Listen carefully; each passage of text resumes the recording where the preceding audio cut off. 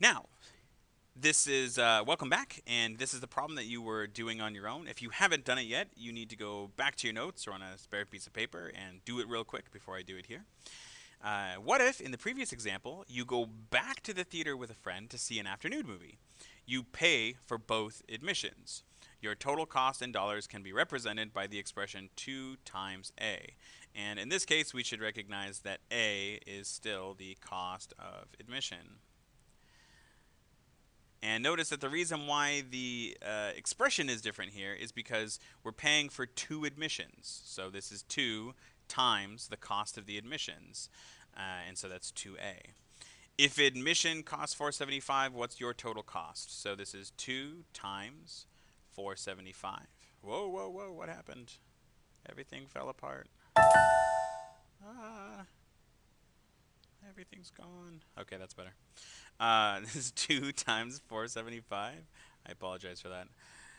Again, we're replacing the cost of admission with what they tell us the cost of admission is. We get 275, so it's 2 times 4.75, which is 950. All right, and again, if you're having troubles with this one, please leave a question in the comments or find and talk to me somehow so that we can get you cleared up and ready to go on this.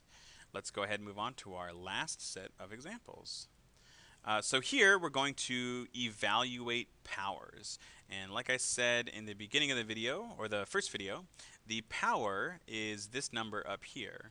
And it represents how many times you're going to multiply the base by itself. So this power was 2, so I multiplied 3 by itself 2 times.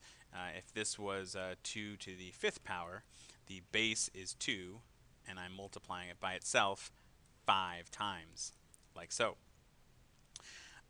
So we're going to do a couple down here, but we're going to write the power as a product. Now notice here it says write it as a product. This is a product, right? Remember, a product is a multiplication problem.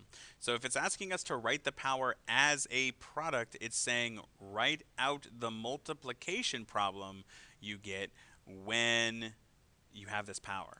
So here we have part A, which is 7 to the 1st power. That's 7.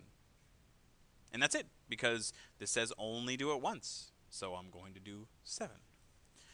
Part B, we've got 5 squared, so that's 5 times 5. Right, I'm taking the base times itself twice.